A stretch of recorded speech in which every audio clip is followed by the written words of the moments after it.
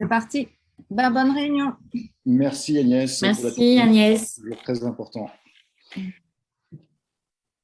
Donc, nos critères 2021 pour l'ensemble des entreprises. Donc, je te laisse prendre la main et puis on se complétera l'un et l'autre. Pascal. D'accord, ça marche. Pour ta présence et puis pour les échanges et les attentes, on a déjà plus de 70 personnes qui sont connectées. Donc, bon. Je vois ça, vous êtes très, très nombreux. Bon, bonjour à tout le monde. Voilà, l'idée, c'est d'un petit peu de dérouler ensemble les critères de prise en charge et au fur et à mesure, voilà, vous avez chacun des exemples différents. Si vous voulez que je revienne ou que j'approfondisse un point à ce moment-là, on fera ça au fur et à mesure, soit au fur et à mesure des questions-réponses, soit en fin de webinaire. Attendez juste un instant. Est-ce que tu peux me laisser tranquille, s'il te plaît? Merci. Voilà. Les aléas du direct, toujours. Non, et puis en plus, il faut qu'elle participe et qu'elle monte sa frimousse à chaque fois. Donc, voilà. Un peu vite nombreux. Voilà. Alors, effectivement, ce que tu as dit sur l'année dernière est vrai. L'année dernière, on a eu une situation exceptionnelle et donc une enveloppe exceptionnelle. Celle du plan anti-crise, le PAC qui nous a permis de financer toutes sortes de formations, énormément de formations, hein, jusqu'à 14 millions si je ne m'égare pas sur votre branche professionnelle, et puis avec la prise en charge des salaires. Cette enveloppe qui a été prolongée jusqu'au 31 décembre devait se terminer à cette date-là. Elle a été un petit peu prolongée. Alors, on pensait qu'on allait pouvoir tenir tout le premier trimestre 2021. Et en fait, on s'est aperçu très rapidement que fin janvier, les fonds étaient consommés. Et voilà, le temps après que le conseil d'administration de l'OPCOEP se rassemble et prenne des décisions. En fait, il a été décidé lors du conseil d'administration du 26 février qu'on ne pouvait plus avoir cette enveloppe-là et qu'on basculait directement sur les critères de prise en charge. Ce qui a été un petit peu soudain et un petit peu problématique sur les critères, puisqu'effectivement, ce qui était annoncé en début d'année n'a pas pu se terminer au troisième trimestre comme on l'espérait. Donc, on a pris en charge toutes les actions qu'on a pu sur le mois de janvier. Donc, certaines ont pu être financées encore sur ce PAC. Après, aux alentours du 25 janvier, l'enveloppe s'est arrêtée. Donc, toutes les actions qu'on a pu recevoir fin janvier et celles reçues au mois de février, en fait, on les a financées dans le cadre des critères de la branche. Et critères de la branche, du coup, qu'on va regarder ensemble. Donc, je vais essayer de faire un partage d'écran. Je n'ai pas trop l'habitude de Zoom. Donc, tu as partagé l'écran en bas. Voilà, OK. Il faut que tu aies ta pièce qui soit apparente derrière ton écran pour que tu puisses… voilà. D'accord. Donc là, logiquement, vous le voyez. C'est bon. Alors là, on a ton mail. On a un mail là. Voilà. Ah non, mais laissez tomber. Je le traiterai tout à l'heure.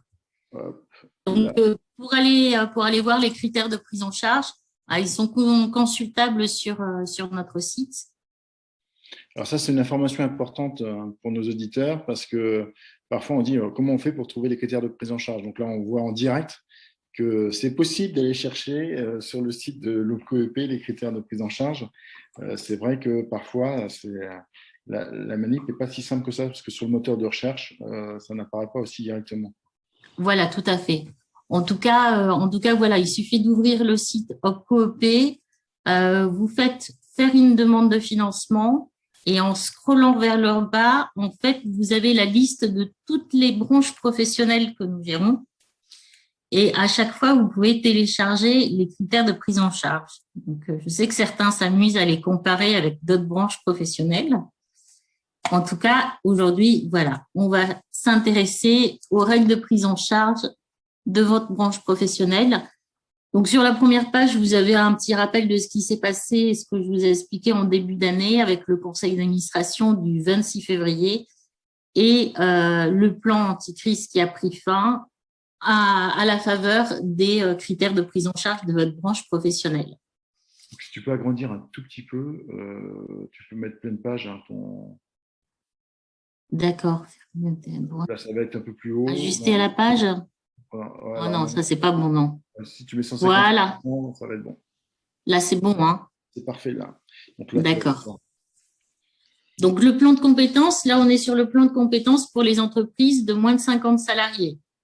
On va commencer par ça parce qu'en fait, il n'y a pas beaucoup de différence, sinon les plafonds annuels, entre les entreprises de moins de 50 salariés et celles de plus de 50 salariés. Donc, le plan de compétences, il est fait pour les salariés de l'entreprise du moment qu'ils ont un contrat en CDI, en CDD, peu importe dans votre entreprise. Vous avez le choix des prestataires de services dans la mesure où l'organisme de formation a bien un numéro d'existence et qu'il est référencé au Datadoc. Dans le cas contraire, ça n'est pas possible de prendre en charge et il n'est pas non plus prise en charge la formation interne.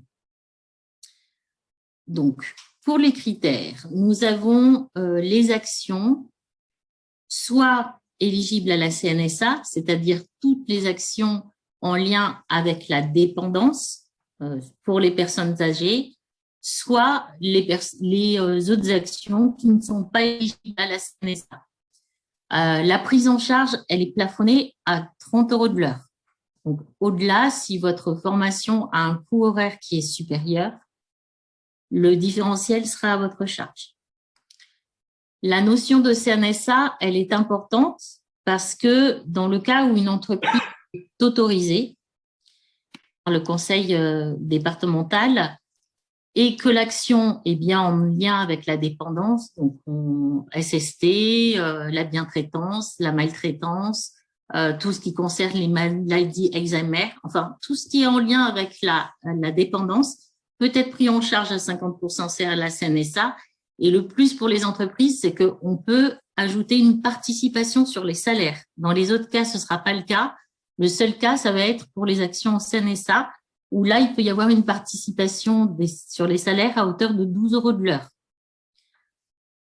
Cette notion, elle est aussi importante pour les entreprises de plus de 50 salariés, puisque dans les 30 € de l'heure qu'on va financer dans le cadre d'une formation en CNSA, on va prendre 50% sur l'enveloppe CNSA, ce qui veut dire que les 50%, on va les prendre dans le cadre du plafond de l'entreprise, mais on ne va pas prendre 100% d'une action. Si je prends un exemple, si on a une action qui fait, voyons, il faut que ça tombe juste, qui fait 1 000 €, ben, du coup, si on est bien à 30 € de l'heure parce qu'il y a suffisamment d'heures de formation, ben, en fait, sur les 1 000 €, on va imputer 500 € sur la CNSA et 500 € dans le cadre du plan de formation, ce qui veut dire que ça nous permet de faire plus de formation. Et la notion, elle est importante, surtout pour les entreprises de plus de 50 salariés qui ont un plafond annuel. Alors que pour l'instant, pour les entreprises de moins de 50 salariés, on n'a pas de plafond annuel. Alors, il est possible, et ça, Guy, tu me le confirmeras certainement, il est possible que dans le courant de l'année, ces critères changent et qu'en fonction de la consommation de l'enveloppe, il est tout à fait possible qu'il y ait des plafonds qui soient mis en place sur les entreprises de plus de 50 salariés. Sur cet élément-là, Pascal, on a rajouté 2 millions d'euros là, vendredi dans le cadre de la commission paritaire pour justement pas être en rupture trop vite sur le PDC des moins de 50. Il est évident que pour ceux qui sont présents sur ce live, j'ai envie de vous dire, ne tardez pas trop à faire vos demandes. N'attendez pas le second semestre, notamment pour faire vos demandes. Je crois que ça, c'est un élément sécurisant et qui est important pour que vous puissiez derrière bénéficier des actions de formation que vous souhaitez mettre en œuvre pour former vos salariés. Et c'est vrai que l'effet CNSA est un élément intéressant et qui permet d'aller plus loin. Mais pour l'ensemble des entreprises, bien évidemment, elles peuvent aussi bénéficier, qu'on soit dans la garde d'enfants ou surtout des autres activités ménage, etc., de pouvoir bénéficier des fonds. Voilà, donc ça c'est pour les critères de prise en charge des formations, on va dire classiques dans le cadre d'actions individuelles. Après, à la suite du tableau, vous avez d'autres actions un petit peu plus spécifiques qui peuvent être financées également. Donc le permis B, il est financé à 50% avec une limite quand même à 1 000 € par stagiaire. Ça peut être intéressant. Quoique la plupart des salariés maintenant peuvent passer le permis dans le cadre du CPF. Donc par expérience, la plupart des entreprises qui ont ce type de formation à faire financer activent aussi le CPF pour faire financer les permis B. Et éventuellement, si le stagiaire n'a pas suffisamment d'heures au titre du CPF, à ce moment-là, font prendre en charge les actions dans le cadre du plan de formation. Alors, on parle bien en ETP, parce que j'ai la question. On parle bien en ETP et pas en nombre de salariés. C'est-à-dire que ça, c'est un élément important sur le passage du plus de 50 et du moins de 50. On est bien sur de l'ETP. Oui, tout à fait. On se base sur le bordereau de versement que vous nous adressez, sur lequel il est bien mentionné vous devez nous fournir l'effectif en équivalent temps plein. Et ça va nous permettre, nous, à notre niveau, de classer votre entreprise en moins de 11 salariés, moins de 50 salariés, plus de 50 salariés. Sachant que, vous le savez, enfin, en tout cas, je vous le rappelle, pour les entreprises, on trouve parfois des entreprises qui ont un effectif en ETP qui est supérieur à plus de 11 salariés, mais qui en fait ont franchi le seuil des plus de 11 salariés il y a moins de 3 ans et en fait qui bénéficient d'une exonération pendant 3 ans. Et pendant ces 3 ans, elles continuent à être gérées en tant qu'entreprise de moins de 11 salariés et elles ont droit aux critères des entreprises de moins de 11 salariés. Alors, dans votre branche professionnelle, c'est peu importe, puisque moins de 11 salariés, moins de 50 salariés, on a les mêmes critères. Maintenant, il est possible qu'éventuellement, dans le courant de l'année, pourquoi pas, il y ait des conditions plus favorables pour les moins de 11 salariés. Ça s'est vu les années précédentes et voilà, ça peut arriver. Alors, je continue dans le live puisqu'on a des questions qui sont en lien avec ce que tu es en train de dire, notamment sur les frais annexes. Donc, si le forfait est de 30 €, il me reste 10 €. Est-ce que je peux, ces 10 € les prendre pour couvrir des salaires? Je n'utilise pas les 30 €, je n'en utilise que 20. Il me reste un delta de 10 € par rapport aux critères qui sont de 30 €. D'accord, non, pas du tout. Malheureusement, non.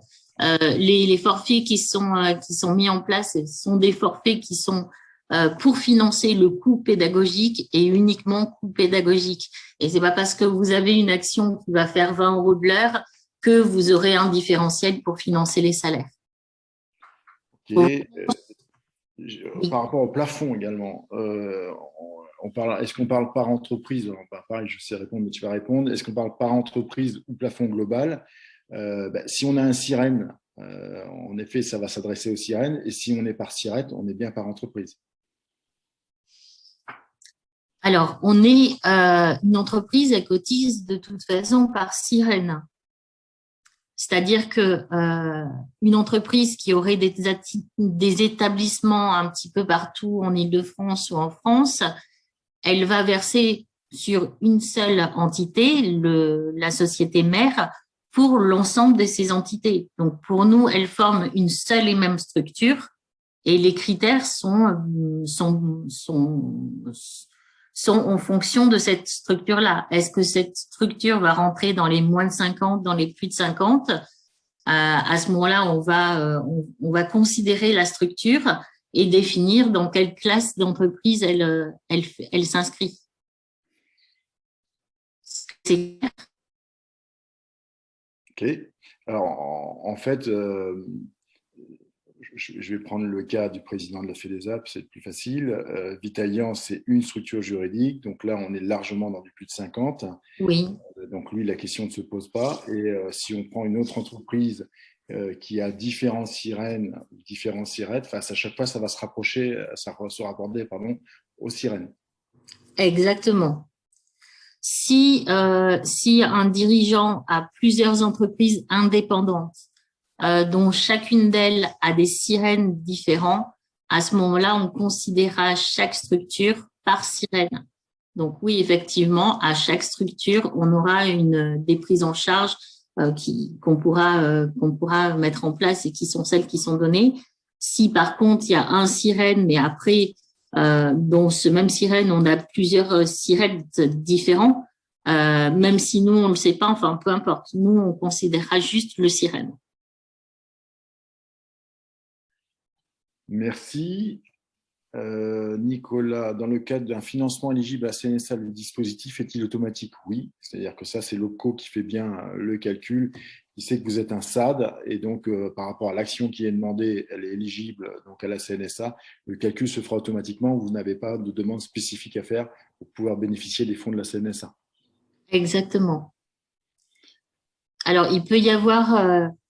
Je salue La Réunion et Sébastien Fulpin au passage. Alors, le permis B, est-ce qu'on peut faire une demande de financement OPCO en premier, puis compléter avec du CPF? Non, on peut pas. On peut pas articuler les deux dispositifs. C'est pas possible? Non, c'est soit on est uniquement sur du CPF et éventuellement le salarié n'a pas suffisamment de fonds pour couvrir son permis. À ce moment-là, l'entreprise peut abonder et verser le différentiel. Par contre, nous, on ne pourra pas intervenir. Donc, il faut mieux intervenir sur le CPF parce qu'en fait, on peut aller plus loin sur le CPF. À mon avis, on peut couvrir quasiment le permis en CPF. À mon avis aussi, ouais. En fait, on a très très peu de demandes dans le cas du permis B. Donc, c'est que la plupart des structures passent par le CPF. C'est parce que vous ne donnez pas encore les voitures au niveau locaux. Ah, non, mais ça va venir peut-être. Alors, Véronique, que je salue, nous rencontrons une difficulté récurrente entre le moment où nous faisons une demande de financement de formation et le moment où la formation a lieu. Les participants peuvent changer du fait du turnover. C'est une vraie difficulté qui complexifie le suivi administratif des actions de formation. Ce serait bien d'assouplir les modalités. Un petit mot là-dessus, Pascal? Ah, je suis complètement d'accord avec vous. Effectivement, dans le secteur du service à la personne, on rencontre fréquemment ce problème-là parce qu'il y a des problèmes de planning, parce que la personne, finalement, il faut qu'elle intervienne rapidement. Donc, on a ces problèmes de remplacement. J'ai pas de solution. Il est possible, une fois qu'on a engagé une action avec un listing de personnes, de pouvoir remplacer l'un par l'autre. Malheureusement, vous pouvez pas le faire en ligne. Il faut appeler le centre contact de façon à pouvoir faire ces petites modifications. Mais j'ai pas de solution miracle là-dessus. Clément, donc de 0 à 49, les barèmes sont les mêmes. Ben oui, on peut le dire comme ça. Les barèmes Oui. sont les mêmes de 0 à 49. Et Jean-Sébastien qui répond non, mais des fois, il y a des plafonds pour la branche, une enveloppe annuelle. Alors, ça, on a eu des plafonds pour les entreprises de moins de 50 auparavant. Alors, je parle pas de l'année exceptionnelle de 2020, mais en 2019, oui. Il peut y avoir à un moment donné des plafonds et puis on peut avoir une enveloppe supplémentaire de France Compétences et c'est arrivé en 2019 de mémoire qui a fait qu'on a pu ouvrir les critères et supprimer ces plafonds. Et une fois que l'enveloppe a été consommée, on a remis les plafonds parce qu'on n'avait plus d'enveloppe. Donc, effectivement, dans le courant de l'année, il faut jouer avec ça. C'est pas évident pour nous, c'est pas évident pour vous de savoir à quel moment il peut y avoir des changements de critères de prise en charge. En tout cas, s'il y a changement de critères de prise en charge, c'est soit que l'enveloppe a été consommée et on est obligé la branche est obligée de réduire, soit éventuellement on a une opportunité et France Compétences nous alloue des fonds supplémentaires qui n'étaient pas prévus. Et puis, on y va aussi. De toute façon, dans ces cas-là, on dit certainement pas non, même si effectivement ça fait beaucoup de fluctuations dans l'année. C'est aussi une opportunité. Donc, Ouais. c'est difficile d'avoir des critères linéaires. avant de passer au plus de 50, au critère de plus de 50, donc une dernière question de Fabienne, qui est une interrogation sur le paiement. Bonjour, beaucoup de difficultés pour se faire rembourser les factures de salaire sur la plateforme OCOPE, malgré les pièces jointes en 2020 et impossible d'avoir un interlocuteur back-office pour faire un point. Facture envoyée en novembre, mais toujours pas réglée à ce jour. Oui. Oui, effectivement. Alors, c'est vrai que l'organisation Club Coop, elle a un petit peu bougé en 2020.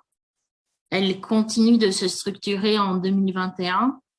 Moi, pour mon expérience personnelle, sur mon portefeuille sur Paris, j'avais un binôme, j'avais une assistante, une collaboratrice qui intervenait sur tout ce qui était engagement et paiement. Donc, c'était plus facile de travailler ensemble toutes les deux parce que quand il y avait un besoin à un moment donné sur une structure, on pouvait intervenir directement. Là, l'organisation change, il n'y a plus de binôme. Voilà, cette histoire de binôme tente à disparaître malheureusement. Et en fait, c'est un pôle d'assistantes qui gère l'ensemble des actions. Donc effectivement, on peut pas avoir de nom en particulier. Maintenant, voilà, moi je sais que si j'ai une structure qui revient vers moi avec un listing de 10, 20 ou parfois plus de factures qui ne sont impayées, j'ai quand même des solutions internes pour m'adresser directement au référent du service administratif pour demander qu'il y ait une action toute particulière sur cette entreprise-là parce qu'il y a beaucoup de reliquats. Alors, sachez que c'est pareil dans les autres régions. Voilà, au niveau de la FEDESAP, on est intervenu lourdement fin 2020, début 2021 sur ce sujet.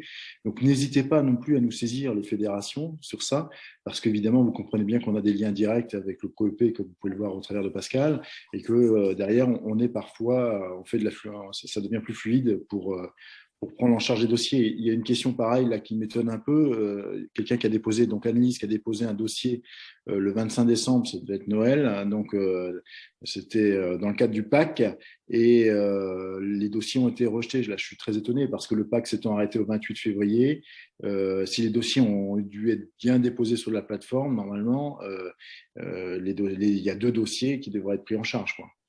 Donc oui, ça, tout à fait. sur ça, Annelise, n'hésitez pas à nous écrire et à m'écrire. Je vais laisser mon mail pour ceux qui ne l'ont pas tout à l'heure, pour que là, on puisse faire remonter. Parce qu'en effet, si ça a été déposé le 25 décembre, on n'a aucun sujet sur le fait que ce soit pris en charge, puisqu'on a tout arrêté le 28 février et qu'on est repassé au barème classique que l'on voit aujourd'hui ensemble à partir du 1er mars. Tout à fait. Et en plus, les actions qui ont été déposées en 2020, logiquement, elles ont été prioritaires en 2021 et on les a fait passer en priorité dans le cadre du PAC. Alors, ce qui a pu se passer éventuellement, c'est que peut-être que l'entreprise, parce que dans le cadre du PAC, on était limité à 15 000 euros, peut-être que l'entreprise avait déjà utilisé ces 15 000 euros et n'avait plus de ressources pour pouvoir financer cette action-là. Donc, voilà, il faut prendre le cas au cas par cas. Moi, si c'est en Île-de-France, je veux bien intervenir. Et même si vous êtes hors Île-de-France, vous pouvez aussi me contacter et puis je vous mettrai en contact avec un référent SAP de votre région. Alors, j'ai une autre question de Familis. Bonjour, est-il possible de faire des demandes de prise en charge dès la première année d'existence de l'entreprise? Oui, du moment où on a fait une contribution volontaire. Je vais répondre ça, mais je te laisse répondre. Alors non, même maintenant, il n'y a pas de contribution volontaire. C'est plus le cas depuis 2 ans. En fait, effectivement, auparavant, on demandait une contribution volontaire qui couvrait la professionnalisation et le plan de compétences qui était de 300 euros. Ça n'est plus le cas depuis 2 ans. Donc, une entreprise peut très bien se créer en 2021. Du coup, comme elle n'a pas de masse salariale en 2020, elle ne fera pas de versement. Il suffit qu'elle contacte une personne de sa région de façon à ce qu'on puisse créer une fiche sur Harmonie et lui transmettre les codes d'activation de façon à ce qu'elle puisse déposer ses demandes et elle aura droit aux mêmes critères que n'importe quelle entreprise de la branche professionnelle. Ça, c'est la bonne nouvelle. C'est-à-dire que, Oui. mais il faut quand même que l'entreprise, c'est une question qui est aussi récurrente au niveau de la Fédé, il faut quand même que l'entreprise, alors moi je parle de contribution volontaire, mais se crée sur le site de l'OPCO-EP. C'est-à-dire qu'à un moment donné, l'identification, il faut qu'elle soit faite auprès de l'OPCO-EP. Il faut bien Oui, que la tout à personne fait. soit référencée par l'OPCO-EP pour pouvoir percevoir les fonds. C'est quand même plus facile que si elle envoie, elle ne pourra pas se connecter de toute façon, puisqu'elle n'aura pas les logins qui le permettront. Exactement, exactement. Donc c'est pour ça, il vaut mieux qu'elle contacte un conseiller de sa région, avec qui va lui demander ben son SIRET, son code APE, l'assurance qu'effectivement elle est bien sur la convention collective du service à la personne, de façon à pouvoir créer une préfiche un petit peu, que, en tout cas qu'elle soit enregistrée sur notre système, et ainsi pouvoir lui envoyer un code d'activation de façon à ce qu'elle puisse créer un compte sur mes services en ligne et déposer ses demandes de prise en charge. Je salue l'île de la Réunion qui est présente aussi. Donc Richard qui dit il n'y a plus de catalogue de formation, alors ça va bientôt ressortir. Comment trouver les organismes et les formations, notamment à la Réunion? Alors là, sur la Réunion, je ne vais pas pouvoir répondre. On voit avec Brice. Mais je crois que le mieux, c'est effectivement de contacter peut-être un conseiller de votre région. Alors oui, c'est vrai, pour l'instant, il n'y a plus de catalogue. En tout cas, c'est momentané sur Accès Formation. Donc, on n'a plus cette offre de disponible. Mais je pense que très rapidement, on devrait avoir le go pour pouvoir lancer un appel à projet auprès d'organismes de formation, pouvoir les sélectionner et vous mettre à disposition une offre. Alors, j'espère d'ici cet été. Mais bon, comme l'été, il se passe pas trop rien, on va dire que, en tout cas, sur la fin de l'année, à partir de septembre, logiquement, ça devrait être mis en place un petit peu partout dans toutes les régions. Je propose que tu avances sur les barèmes parce que sinon j'ai beaucoup de questions. Donc on va reprendre après. On fait un peu le plus de 50, là, le barème de plus de 50, PDC plus de 50.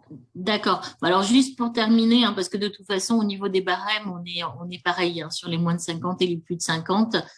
Les formations d'ISAP, le bachelor responsable opérationnel et le MSIS sont pris en charge à hauteur de 35 ou de 40 euros de l'heure et avec un nombre d'heures maximum qui est indiqué dans le tableau. Il n'y a pas de prise en charge des salaires non plus sur ces actions-là, mais ces actions sont prises en charge et elles sont prises en charge en dehors du plafond annuel. Et ça, c'est important pour les entreprises de plus de 50 salariés qui ont un plafond annuel. Et voilà, si elles mettent en place ces formations-là dans leur entreprise, voilà, qu'elles ne les comptent pas dans le cadre du plan annuel de la formation, c'est pris en dehors. D'accord. Je vous rappelle que la formation des dirigeants d'entreprise, etc., c'est un des éléments importants pour nous, les fédérations, afin de répondre aux exigences de la loi ASV. Et donc, n'oubliez pas que tant qu'il y a des sous, il faut y aller aussi sur ça. On a formé à peu près 200 dirigeants en 2020. On sera à peu près sur le même rythme en 2021 grâce au bachelor responsable opérationnel qui a l'air de prendre son envol. Et on a à peu près le montage de 5 à 6 groupes actuellement. Donc pareil, n'hésitez pas à revenir vers moi s'il y a des besoins pour former vos collaborateurs et vous-même pour répondre aux différents critères et aux différentes lois en vigueur. Voilà. Voilà. Et surtout, ne vous basez pas sur votre plafond annuel. Voilà, même si s'il devait être réduit, de toute façon, c'est pris en dehors. Donc, vous pouvez vous inscrire sur ces actions-là. Voilà, juste un petit aparté sur la VAE et le bilan de compétences. Ce sont deux dispositifs qui peuvent être financés dans le cadre du plan de formation. Et à ce moment-là, on est à 85 euros de l'heure. C'est ce qui se fait à peu près chez les organismes de formation. Et si jamais vous avez, puisque vous êtes quand même assez friand de VAE, des formations à financer dans ce cadre-là, n'hésitez pas à contacter un cabinet et voilà, négocier le prix en disant, bah voilà, l'OPCO ne nous prend que 85 euros, donc essayez de vous mettre à ce tarif-là. Et logiquement, ils le font assez aisément, je trouve. Voilà, donc les formations, on peut financer des formations présentielles, en distanciel, mixtes, Alors, on peut financer des MOOC aussi. Pas de formation à terme, par contre. Sur les actions co, on y reviendra un petit peu plus tard dans l'année, puisque pour l'instant, l'offre n'est pas formalisée. Et donc, sur les plus de 50 salariés, on est sur les mêmes critères.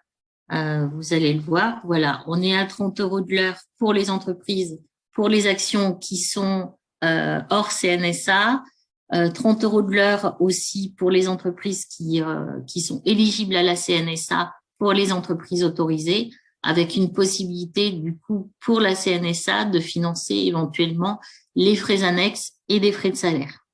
Donc, on avait une question à nouveau, comment savoir si l'action est éligible à un cofinancement CNSA. En fait, les actions, lorsque vous les déposez donc sur la plateforme de l'OPCO, l'OPCO automatiquement détecte si elles sont éligibles à la CNSA ou pas.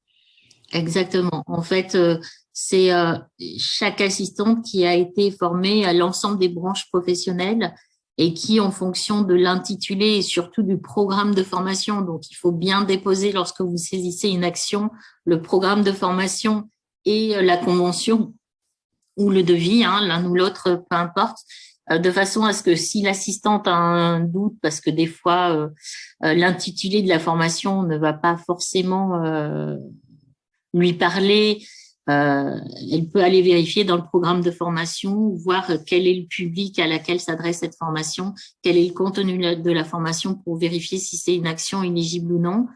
Alors après, c'est ce qui est pas évident pour nous, c'est de savoir si une entreprise est autorisée ou non. Et parfois, l'assistante va devoir revenir vers vous pour vous demander ce complément d'information pour pouvoir vous appliquer les actions CNSA. Alors, sur le plan PAC, on me dit qu'il faut attendre le 15 juin pour facturer. Bon, ça, c'est pas possible. Je suis un peu surpris par cette question. Non, il n'y a pas de date. Il ne faut pas attendre le 15 juin 2021 pour facturer le PAC. Pour facturer une action Non, ça ne marche pas comme ça. Il faut que l'action soit réalisée pour pouvoir la facturer. Et je suis un peu surpris par la question. Donc là, il faudra me renvoyer, c'est Anne-Lise, il faudra me renvoyer les éléments pour que je puisse me rapprocher de Pascal et puis changer sur votre dossier. Oui. Non, c'est un petit peu curieux. Logiquement, l'OCP prône la subrogation. Je sais que la branche professionnelle aussi prône la subrogation. L'idée, c'est que vous puissiez nous faire vos demandes suffisamment à l'avance. Donc, dans l'idéal, 1 mois. Mais ça ne veut pas dire que si vous le déposez une semaine avant, parce que vous avez l'opportunité de faire une formation, on n'étudiera pas votre dossier. Mais en déposant votre action suffisamment à l'avance, ça nous laisse le temps de l'étudier, ça nous laisse le temps de vous faire une réponse écrite et de vous envoyer une notification et surtout d'envoyer un contrat de prestation de service à l'organisme de formation pour dire, voilà, sur cette action pour tel adhérent, on prend en charge, alors toute ou partiellement l'action et on va vous régler directement. Et ainsi, l'organisme de formation qui lui aussi, comme vous, a la possibilité de créer un compte sur mes services en ligne, va pouvoir, en fonction de l'action qui lui aura été rattachée, aller déposer les pièces, c'est-à-dire le contrat de prestation de service signé, ainsi que la facture à notre ordre et les feuilles d'émargement. Mais on n'attend pas le 15 juin pour ça ne marche pas comme ça. Donc, pour financer une action. Autre question, nous rencontrons quelques soucis par rapport à l'offre de formation et la durée d'attente pour la prise en charge. Bon, pareil, là, il faut vous rapprocher de moi et puis voir comment on peut régler le problème. Il va y avoir des formations catalogues là, qui ont été évoquées et qui vont sortir, donc qui devraient aussi répondre aux attentes et aux besoins, quoi. Bon, après, les délais d'attente de prise en charge, c'est vrai qu'on l'a tous connu avec l'OPCO. La réforme, il a fallu se l'avaler et on voit bien qu'il y a eu quand même des contraintes fortes. Ça, mélangé avec le télétravail, etc., ça n'a pas été simple. Je ne veux pas dédouaner l'OPCO parce que le sujet n'est pas là, mais je sais qu'on a fait remonter beaucoup de demandes auprès du directeur général de l'OPCO sur ce sujet pour dire qu'il y avait trop de délais, c'était trop long. On voit que depuis 2021, les prises en charge sont quand même plus rapides, etc. Alors, il y a toujours des exemples où c'est lent, etc. Donc là, n'hésitez pas à vous rapprocher de la Fédé et de moi pour qu'on puisse vous aider si vous rencontrez des soucis. Jean-Sébastien, donc j'ai 3 dossiers, on va rentrer dans le dur. Sur la proie, peut-être on va peut-être dérouler et puis parler de la proie dans le dossier proie. Oui, je vais continuer. Et, pour les entreprises de plus de 50 salariés, c'est exactement les mêmes critères, hein. On a le permis de conduire qui est financé de la même façon. Le DISAP, le bachelor et le MSIS, c'est également les mêmes prises en charge. À l'identique, pour le bilan de compétences et la VAE, on est à 85 € de l'heure. Alors par contre, ce qu'on n'avait pas sur les moins de 50 salariés, ce sont les plafonds annuels. Ben voilà, ils ont été améliorés par rapport à l'année dernière, puisque le premier plafond, par exemple, l'année dernière était de 3 500 €. Voilà, cette année, on est quand même sur 16 000 € pour les entreprises de moins de 400 salariés. Donc, ça nous donne quand même de quoi faire. Alors, je vais dire un petit mot sur ça. On a aussi des règles dérogatoires. Qu'est-ce que ça veut dire? Ça veut dire que si vous avez une action un peu hors norme, etc., par rapport à votre nombre de salariés, vous pouvez faire appel à la branche en disant, ben voilà, j'ai une situation particulière, je souhaite faire un effort particulier sur telle et telle formation, est-ce que la branche peut me suivre? Donc, on passe de temps en temps ces dérogations et en règle générale, les partenaires sociaux, on sait que c'est pour la formation des salariés, on arrive à suivre. On est à chaque fois bien dans ce qu'on appelle de la dérogation, c'est-à-dire qu'il n'y a pas d'obligation à la prise en charge, mais quand il y a certaines logiques, etc., des demandes bien spécifiques pour accompagner la professionnalisation et la montée en compétences de vos salariés, bon, on répond présent.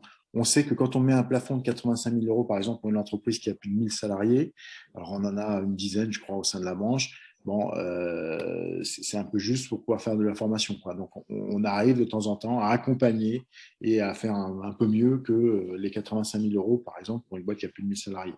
Et ça marche pareil pour une boîte entre 50 et 199 salariés, enfin même 399 parce qu'on est sur les mêmes montants. Voilà. Après, vous avez effectivement la prise en charge qui est notifiée hors plafond. Donc, pour le DISAP, le MSIF, il y a un oubli, mais il y a le bachelor opérationnel qui rentre également dedans. Voilà, c'est une petite coquille qui devrait être rectifiée.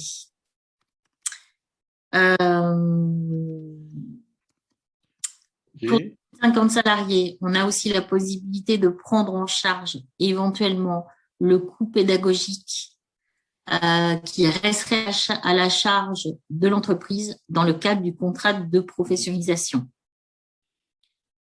C'est assez rare parce que logiquement, une entreprise qui a plus de 50 salariés, elle a suffisamment d'actions à faire à hauteur de, on va dire, minimum 16 000 €. Et très souvent, elle n'impute pas ces actions-là, mais c'est possible pour les entreprises de plus de 50 salariés. Du coup, on va parler du contrat de professionnalisation. Donc, je passe sur les premières pages très rapidement, puisqu'en fait, c'est un rappel de quel est le public, quelles sont les certifications que l'on peut financer dans le cadre du contrat de professionnalisation, la durée. Et on va arriver très rapidement, voilà, ici, aux actions prioritaires de la branche. Donc, on retrouve les principales certifications, le CAP-PE, la DVF, le DAES.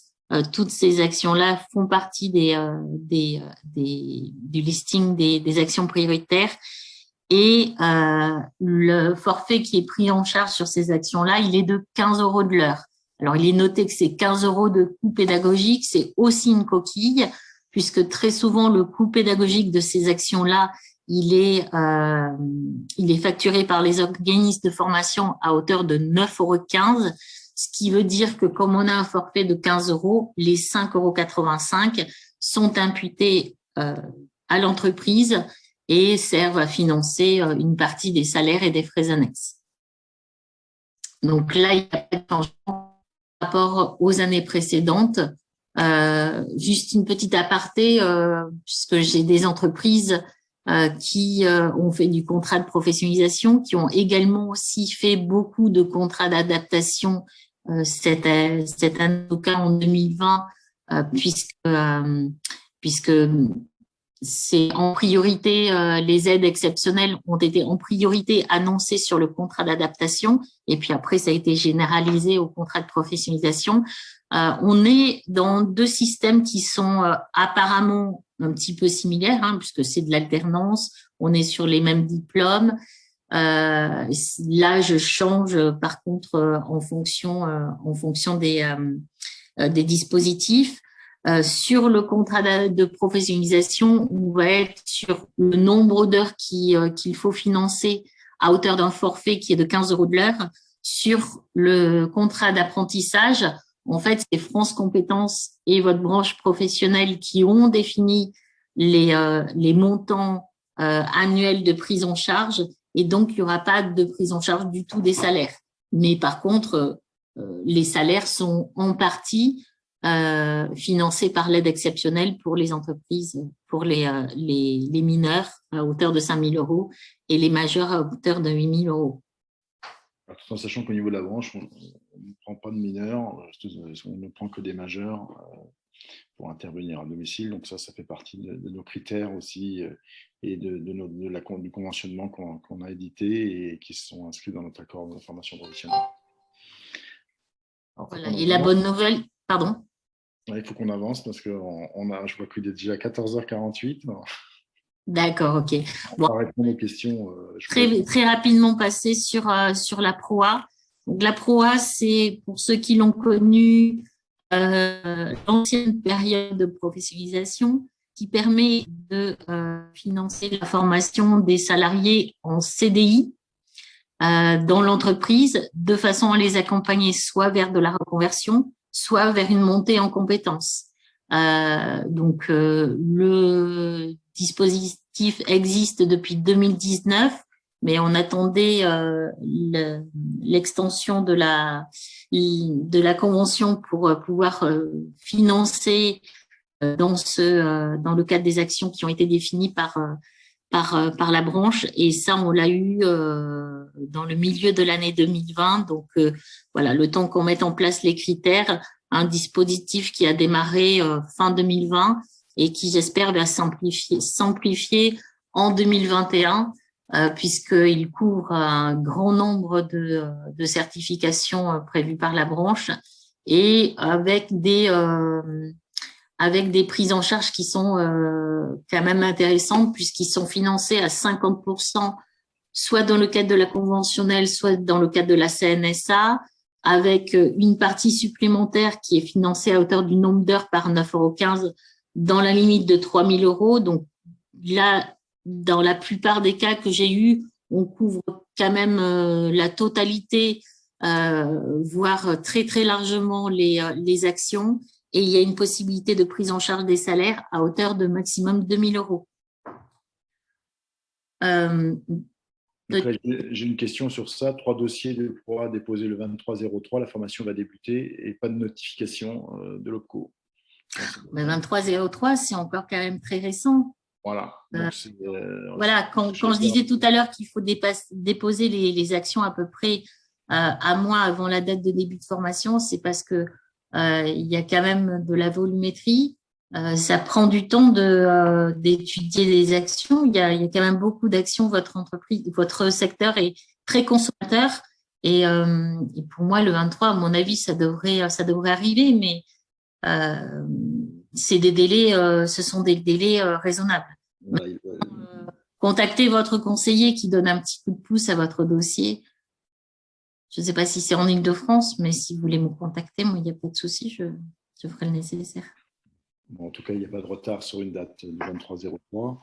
En plus, on a revu la semaine dernière au niveau de la section paritaire les critères. On va essayer d'améliorer aussi au fil de l'eau les critères de PROA pour que vos salariés puissent en bénéficier au maximum. La grande évolution sur la PROA, c'est qu'avant, dans la période de pro, il fallait avoir un temps et une expérience dans le secteur avant de bénéficier de formation. Avec la PROA, au premier jour de l'entrée, vous pouvez bénéficier de l'action de formation pour vos salariés en stock. Donc ça, c'est plutôt une bonne nouvelle. On est aussi une des premières branches, je crois qu'on est la deuxième branche à avoir eu l'extension sur la PROA, donc ça, c'était plutôt bien, quoi. Sur les questions à suivre, pour tenir nos délais, encore merci parce qu'on a atteint 95 personnes là tout à l'heure, donc merci pour votre présence assidue. Nicolas, donc 3 formations en cours de traitement sur AGLink depuis janvier, réalisées, pas de réponse, seront-elles acceptées et payées? Il n'y a pas de raison, hein. Logiquement, non. Alors, si elles ont été déposées en janvier, qu'elles ne sont pas passées dans le cadre du PAC, très certainement qu'elles vont être financées dans le cadre des critères de votre branche professionnelle à hauteur de 30 € de l'heure. Ok, Michel, avons-nous un délai dans l'année pour faire nos demandes d'aide? Alors, ce sont des demandes d'accompagnement par rapport au budget. C'est ce que je disais tout à l'heure, c'est que plus vous allez vite dans l'inscription de vos actions de formation, avec la problématique qui avait été énoncée par Véronique en disant que de temps en temps, vous perdez des salariés en cours de route, mais plus vous allez vite dans le dépôt de vos dossiers, en effet, plus vous avez de chances d'avoir du budget. Et en effet, il y a quand même une limite budgétaire à un moment donné, c'est-à-dire que quand il n'y a plus de sous dans la branche, il faut prendre, nous, des décisions pour freiner le truc, quoi. Donc, c'est pour ça que jusqu'en juin, on n'aura pas de soucis. Après, on reverra les critères, sans doute, sur le second semestre. Nous avons de très grandes difficultés pour joindre un interlocuteur pour un conseil, un avis ou une modification effectuée. Là, je ne sais pas trop quoi répondre. Alors, si vous appelez le centre contact, ils vont vous donner les critères de base, on va dire.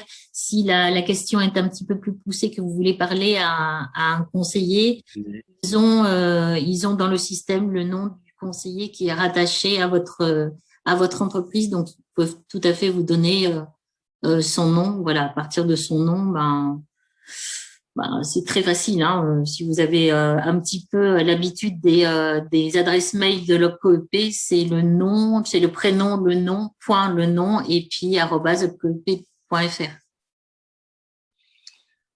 Alors, Véronique qui demande, pouvez-vous préciser pour les MOOC ce que vous financez? Pour le MOOC, pour les MOOC. Alors, en fait, il n'y a pas de financement particulier pour les MOOC, hein. Il y a eu, c'est un travail qui avait été initié par Pascal sur un MOOC en Ile-de-France. Donc, ça s'est déposé sur une plateforme et il n'y a pas de financement particulier sur les MOOC, me semble-t-il. Non, il n'y avait pas c'était un accès gratuit pour tout le monde. Et c'est la Directe, à l'époque, Ile-de-France notamment, qui avait financé l'action. Tout à fait. La Directe et la branche aussi, qui avait financé ce MOOC sur la qualité de vie au travail. Alors, à quand les évolutions du site pour une utilisation plus didactique à nos demandes?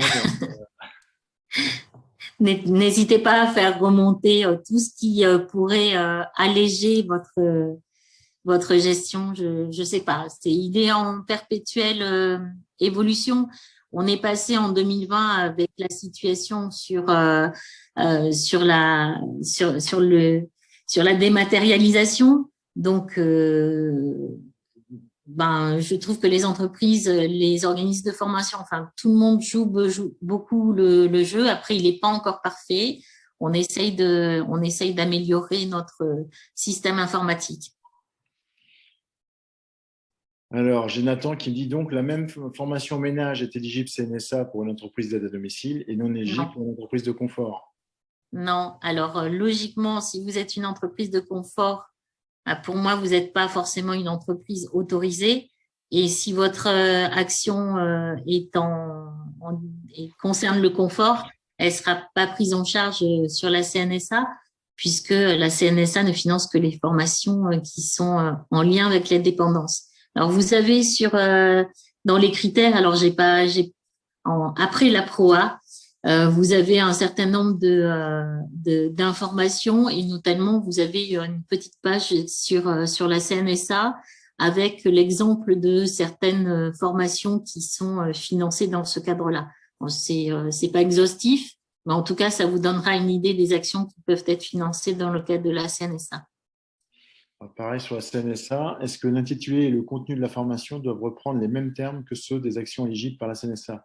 Ou si le nom et le contenu s'attachent à la formation éligible suffisent? Je dirais que ça suffit si ça reprend sur le contenu, si le contenu permet de déterminer si c'est une action éligible à la CNSA. Maintenant, si vous voulez qu'on puisse rapidement financer plus de formations et de façon plus rapide, il vaut mieux que ce soit intuitif et que dès la lecture de l'intitulé, on puisse déterminer si c'est une action CNSA ou non. Enfin, si je lis bien traitance, maltraitance chez la personne âgée, bah, tout de suite, ça va me faire tilt. Si par contre, on a remplacé ça par un autre intitulé qui va me demander d'aller faire une recherche sur le programme de formation, ben voilà, l'assistante va perdre du temps. Donc, autant que ce soit visible dès le premier regard. Alors, j'ai une question auquel tu vas bien savoir répondre. C'est dans un réseau de franchise où toutes les agences doivent former tous leurs collaborateurs sur une action définie, est-ce qu'on peut mettre en place une action de formation commune au groupe? Pourquoi pas? Pourquoi pas? Au contraire, je trouve ça très bien parce qu'au niveau du tarif, ça va vous permettre de négocier un tarif qui va être intéressant. Alors après, il va falloir que chaque structure indépendante l'une de l'autre fasse une demande de prise en charge à hauteur du nombre de salariés qu'elle va inscrire sur cette formation-là. Alors, toujours Clément, si, on a bien répondu à votre question c'est la même chose entre 0 et 49, les critères sont les mêmes, on l'a dit tout à l'heure. Il n'y a pas de moins de 11, plus de 11, avec des bénéfices plus importants, on part bien de 0 à 49. Voilà, pour l'instant, oui, effectivement, c'est le cas. Alors, Léa, bonjour. Et le CCS handicap est-il reconnu dans les critères de l'OPCO sur le titre ADVF? C'est la suite du titre ADVF, le CCS handicap. Alors, celui-là, je ne l'ai pas en tête, mais dans les actions éligibles. C'est une bonne question parce que peut-être qu'on a omis de le rajouter en fait dans les actions éligibles. J'ai tendance à vous dire oui. Et si ce n'était pas le cas, je vais vérifier dans le cadre de la SPP, de la section paritaire. On le rajoutera en effet, mais normalement, il n'y a pas de sujet sur le CCS handicap qui poursuit le titre ADVF. On doit avoir des critères de prise en charge qui sont les mêmes et classiques, quoi. Mais je vais quand même vérifier. Merci pour votre question. Fabienne, je veux monter en compétence une intervenante déjà embauchée. Puis-je faire un contrat pro? Ah oui, ça sert à ça, c'est justement le truc. Attends, non, elle est déjà embauchée, donc elle est en CDI. Elle est en CDI, si elle est en CDI, elle peut rentrer dans le cadre de la PROA, il n'y a aucun problème. Ouais, PROA. Alors, chose que j'ai oublié de mentionner tout à l'heure, mais la PROA peut financer également le certificat compétence CLEA et la VAE. Voilà, parce que logiquement, dans la PROA, il faut un minimum de 150 heures, à l'exception de ces deux dispositifs qui font moins de 150 heures, mais qui peuvent quand même être financés dans le cadre de la PROA. Alors, une question intéressante dont on a beaucoup débattu la semaine dernière, est-ce que le temps d'accompagnement des tuteurs pour accompagner les stagiaires sont financés? Non. Non, ça a existé. On a eu des prises en charge il y a une dizaine d'années sur ce sujet au niveau de la branche, mais aujourd'hui, non. Bon, dans le cadre, si vous voulez, de l'accompagnement des contrats de pro et des contrats d'apprentissage, vous avez une prime de 8 000 €.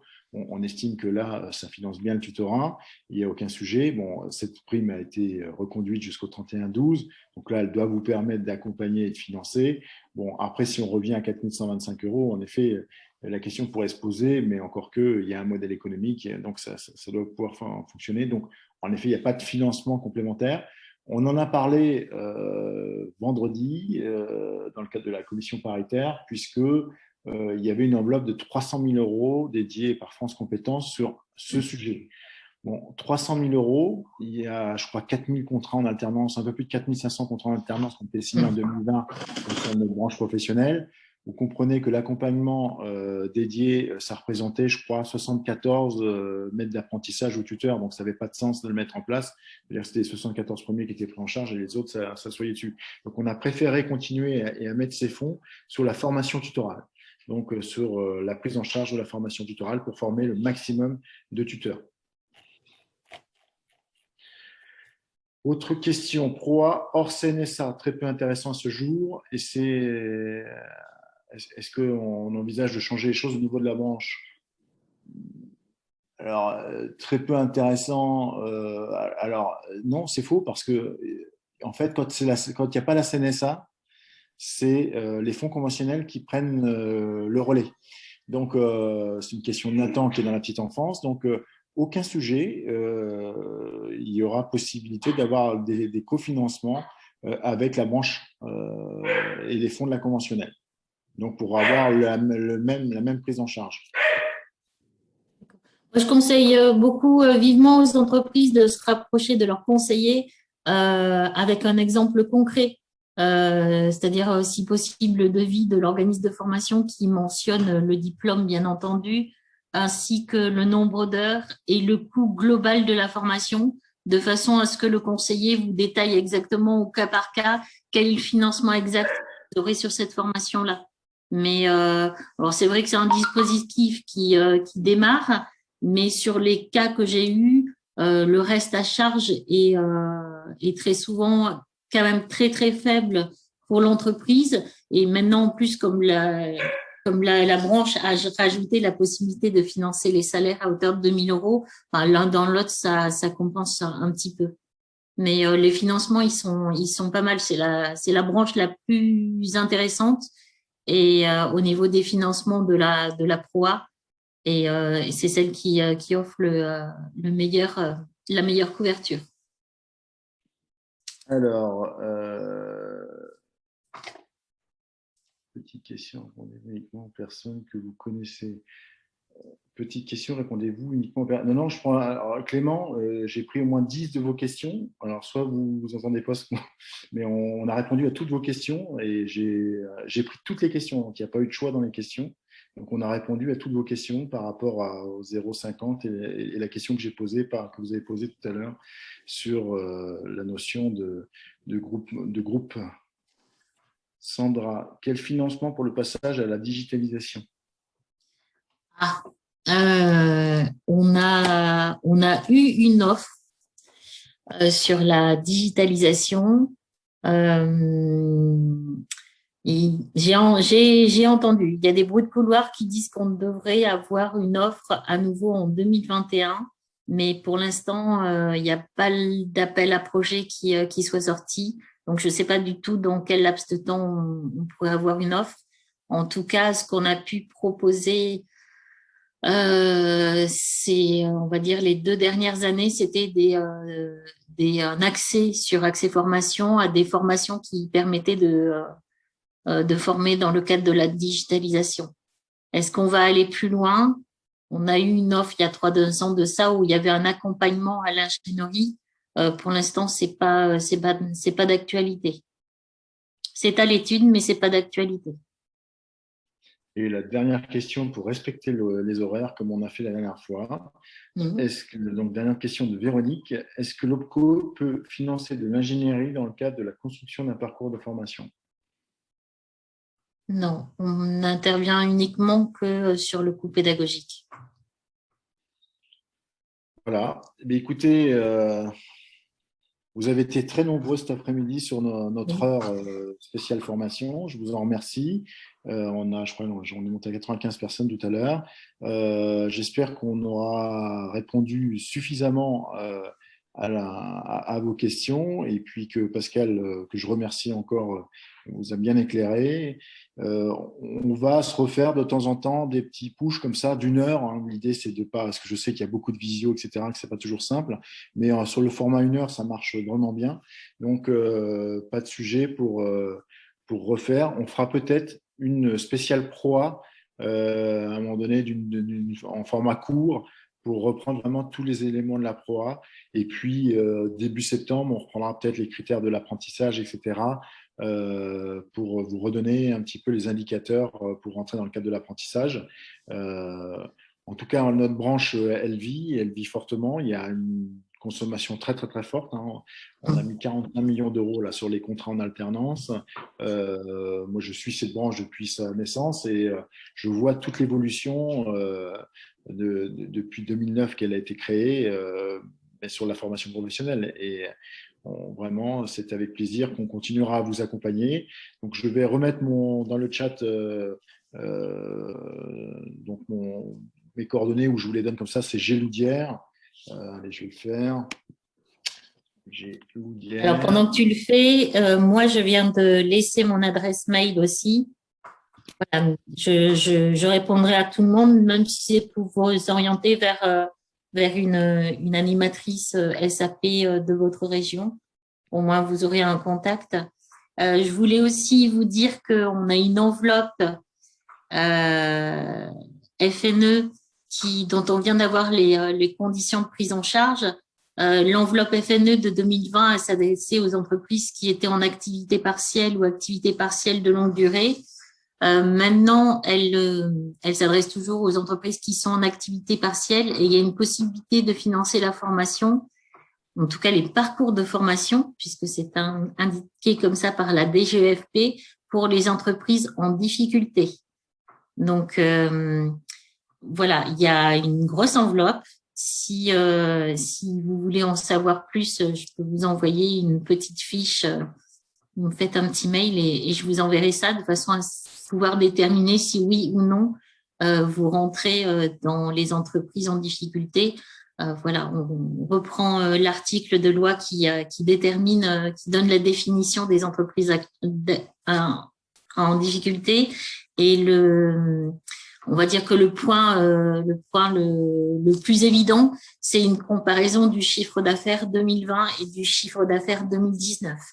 Voilà, s'il y a une baisse entre les deux, la DGEFP ne nous donne pas de proportion, c'est que potentiellement vous pouvez être éligible au FNE et que du coup, si jamais il y avait des plafonds plus réduits à un moment donné de l'année avec votre branche professionnelle, on a aussi la possibilité de se diriger vers cette enveloppe. Voilà. Donc là, c'est intéressant, c'est une bonne donnée de conclusion. C'est vrai qu'on a quand même des entreprises dans notre secteur qui ont souffert, je pense à la garde d'enfants notamment, et les entreprises qui font du confort sur la première partie de confinement, un peu moins sur la deuxième partie, mais sur la garde d'enfants, beaucoup d'entreprises ont souffert et les chiffres d'affaires sur 2020 sont moindres du fait de la crise sanitaire. Donc, je pense qu'en effet, un certain nombre de nos entreprises sont totalement éligibles à ce que tu viens d'annoncer et c'est plutôt une bonne nouvelle. Et puis, si jamais on avait un élément d'actualité qui ressortait sur un nouveau pack, ou bon, je ne pense pas, mais en tout cas, s'il y avait un élément d'actualité fort, mais on ne manquerait pas de faire un live. Pareil, toujours dans un schéma tel que celui-ci, en 1 heure max, afin de ne pas trop vous bloquer, quoi. Donc, un grand merci. J'ai vu qu'il y avait quelqu'un qui ne voyait pas les adresses mail. Donc, la mienne, c'est pascal.epaillard@opep.fr.